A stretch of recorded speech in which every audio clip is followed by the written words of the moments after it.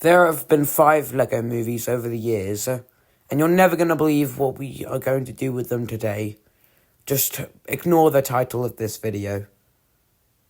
Alright, fine, we're ranking them all. So today we're going to be ranking all 5 Lego movies.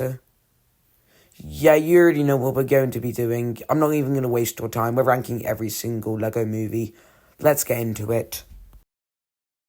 Yeah, so not the biggest ranking on Earth, because there's only 5 Lego movies, but hey, these are some great movies, so there will be a lot to talk about them.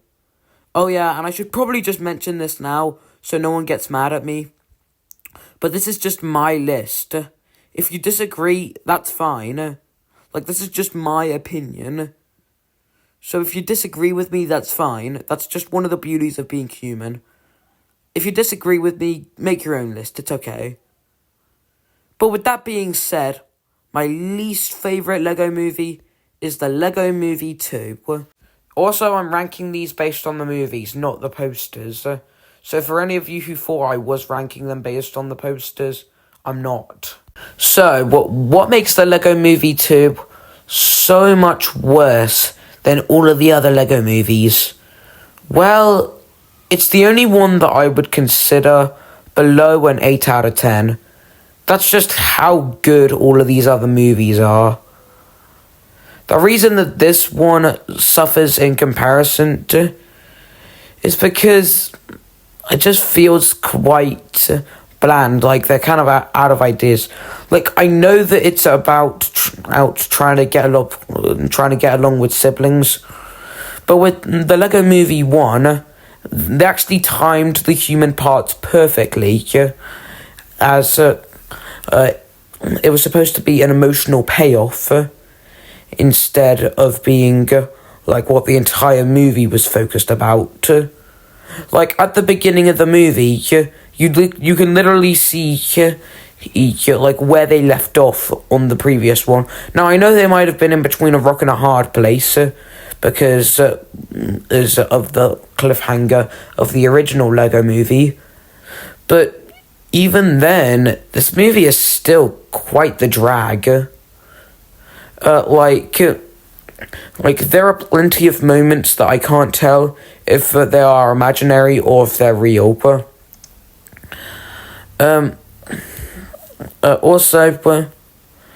Sometimes they just sing songs for literally no reason.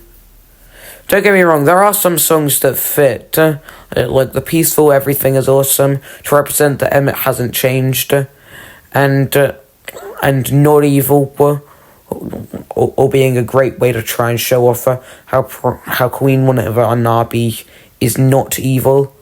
But there are some songs that are just in the movie because they can.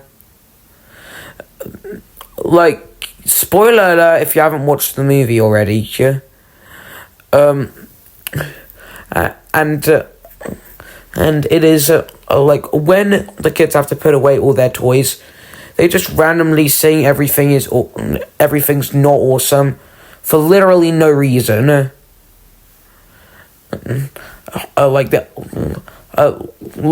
know that it could just be to try and make kids feel like the things are finally going to pick back up. And while I do think that this movie's art style is incredible, again, look at the title of the video. We're ranking Lego movies. We're basically ranking the pizza of animation styles. Now, I know that might not be the best comparison, but for you who are saying that, shut up. Anyway, so overall, this movie, it's just kind of lackluster. I still don't think it's a bad movie. It's pretty decent. But it didn't hit the same highs that the original did. Which makes it even sadder that this is the only Lego Movie sequel so far. I am so sad we never got a sequel to the Lego Batman movie.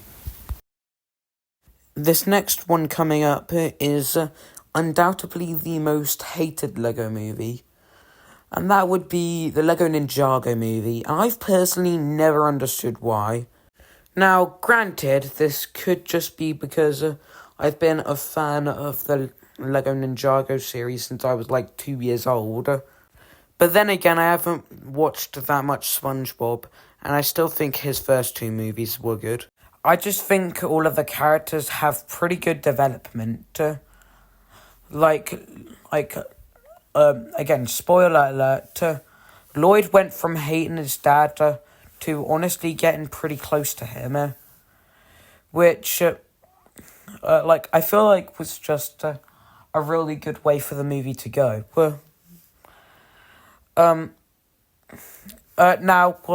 Another spoiler alert, I am going to knock this movie down just a little bit. I do think the cat being there was a bit unnecessary. Yes, I know, but it's the entire reason they have to get the ultimate weapon. But I feel like they could have came up with something better than just a cat. Really, that's all you could think of, a cat? I mean, if you insist.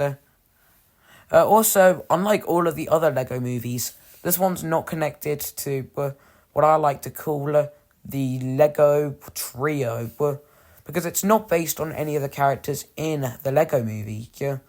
No, it's being its own thing. Now, yes, I do know that the Green Ninja was in 2 seconds of the original Lego movie. But if I have 2 seconds of Coco Melon in my movie, does that mean Coco Melon's a character? No, of course not. I feel like that they did go away from the show for quite a lot, or to where I'm a bit frustrated. But even if I hadn't watched the show and went away from all of those differences, I do think that there are some glaring issues. Now I'm a big fan of the show, so this might be clouding my judgment a lot, because this is easily regarded as the worst Lego movie. But personally, I enjoyed it a lot more than the Lego Movie 2. So yeah, overall, I prefer this one, sue me. It's just more entertaining. And I feel like that the city's development, they've went from hating Lloyd to loving him. No one knew he was the Green Ninja. It came as quite a surprise to everyone, because they hated him at first because his dad's a psychopath. So everyone hated him for that, because they thought he was just like his dad. But when they saw him as the Green Ninja, they all quickly changed their minds. So overall, this is a really good movie. I don't think it's as good as the three above it, obviously. But I did find it's very more enjoyable and entertaining than the Lego Movie 2. This next one is actually the first, only, and most recent Lego movie to be made by Universal Studios, and it is Piece by Piece. This one is really hard to rank because it's so different compared to all of these other ones. All these other ones are fiction. This one, okay, it's still kind of fiction, but it's a documentary at the same time, because it follows real-life music artist Pharrell Williams and goes through the up and downs of his career. And personally, I thought that this was just a really good experience.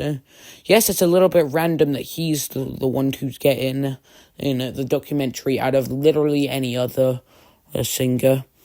Because he only has one on song with over 1 billion listens on Spotify. But overall, this movie was honestly really enjoyable. Now, first, I feel like that this is the best art style out of all of the movies we're going to go over today. Because unlike like any of the other Lego movies aside from the first one. Every little attention to detail here is Lego. There's not one thing here that isn't Lego. Even in the Lego Batman movie, they have smoke rising up, and in the Lego movie too, where they have sand dust. Oh yeah, and in the Lego Ninjago movie, obviously there's the water, but there's also the cat. This and the original Lego movie are the only two Lego movies to have 100% Lego with no add-ons. And that's what makes this art style better than all of the others. It's also a lot more recent compared to the first Lego movie, so that's what caused it to look a lot better. And overall thought the story of Pharrell's life was honestly really, really deep and really well narrative. Really well narrated. Sorry about that. But I personally just thought that overall this was a really solid documentary. So why isn't it higher? Well, it's because since it's so different compared to all of the others, it ultimately suffers because of this. Now, there are some upsides from it being different. It feels a lot more grounded in reality compared to all of these others. But at some points, because it's seeing Pharrell as more than just human, it can ultimately feel less like a movie sometimes and more like an ad for his albums. But I think overall the good outweigh the bad. But that's just me. But personally, I think this movie was built really well piece by piece. Oh, come on, that was funny. The very first film that started it all. The Lego Movie, ever since I watched it back in 2014, I knew that it was just something else. So basically, it's about some guy named Emmett, and how he follows this girl named Wildstyle, which eventually makes him fall down a pit and makes him find the piece of resistance, and it's what he needs to use in order to try and end Lord Business's his reign, to try and end the world by using the Craggle to try and put everything together permanently. And on the way, he makes a couple friends like Batman and Vitruvius, it's Metalbeard, it's Unikitty, and a couple more. And then eventually we find out that the prophecy was a lie all along. I swear, when I saw this scene for the first time, I was like, I'm sorry, what? I was absolutely flabbergasted to see that it wasn't real. It took me 9 takes to get that line correct. You all better like it. This is also easily Chris Pratt's best movie. He pretty much just plays himself in all of the other movies as him. This one, he actually plays a character. Wow, well, that wasn't that hard, was it? After Garfield, I don't know what to expect from him. And while this obviously isn't Morgan Freeman's first movie, it's actually his first animated movie he's ever recorded a line for. And I feel like he did a very good job playing Vitruvius in this movie. I do, however, have one complaint. I never really liked the human scenes in the Lego movies. I have no idea what I would replace them with, but yeah, I would make them just about the Legos. It's called the Lego Movie, not the Lego Movie featuring humans. It's called the Lego Movie because of its CGI and art style, not because it's just a bunch of kids playing with their toys. Now, yes, it is a kid playing with the toys that his dad bought for him. Okay, well, technically his dad bought them on his own, but you get what I mean. Anyway, this movie is just absolutely fan-freaking-tastic. and it would definitely be number one. But in 2017, there was another Lego movie with a character from this movie that was in it, which just managed to one-up this movie. Yeah, I'm gonna be real, this one might be an all-timer for me. The Lego Batman movie is not only my favourite Lego movie, but one of my top 20 favourite animated movies of all time. Maybe even top 10. Like, it's just such a good Batman animated film. It's a great movie because of how well it captures action and emotional stuff together. But it's a great Batman movie because of how well it respects the character of Batman. You can tell a very good Batman story without being very dark and broody. And this movie proved it very well. I know we've had tons of good movies on this list, like the original Lego movie, and Piece by Piece. But this one, this is on a different level. I do know that the fan favorite is definitely the original Lego movie, but this is my list, okay? So, I just enjoyed this movie way more, and I thought that it was such a good idea to make a spin-off to the Lego movie about one of the best characters in that movie. The Lego Batman movie was just so much fun. There was never a moment where you were like, oh man, when's something cool gonna happen next? Because even if something very action-packed doesn't happen, you can still see how much the characters are developing. They are just going through so much in this movie, and it just works so well. This movie is just so good, and it is overall my favourite Lego movie. And if you haven't watched it, please watch it. But anyways, those are just my thoughts. As always, you're going to have your own opinion. Sorry if I sound a little bit cranky. It's 10 p.m. as I'm recording this. So sorry if I sound a little bit rusty right now. Sorry that I can't make my episode of Trailer Talk today. It's a Saturday night, and if I had to do one video today, I would rather it be this. Overall, this was a really fun subject. I really just like making these ranking videos. Maybe eventually I can do a ranking of my rankings, and I can do a ranking of the rankings, including that ranking, and then I can make anyways, those are just my thoughts. As always, can have our own opinion. Thanks for watching, I'll see you guys all tomorrow.